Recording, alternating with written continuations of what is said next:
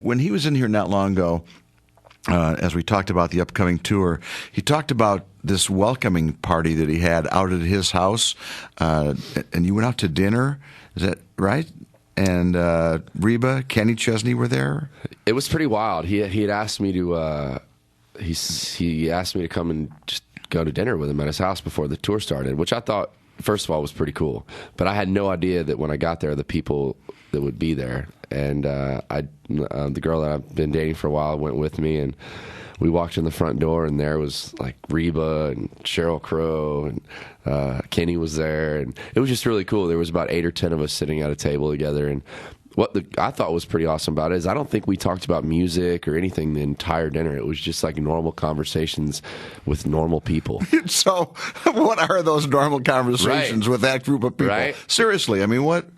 I mean, I think we talkthe about things like vacationing, like where people like to go on vacation, and some pretty spots to go to, and the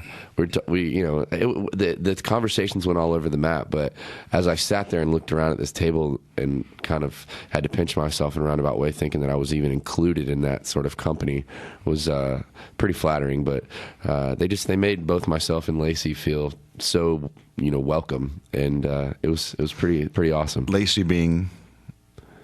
Lacey's my girlfriend. Yeah, we have so I have to. Although she does some things in the showbiz area, so she's probably not exactly starstruck, but still, that's got to be a great place to take a date or a girlfriend to. Hey, you're going to dinner, and you show up, and there's, these guys. It was pretty funny.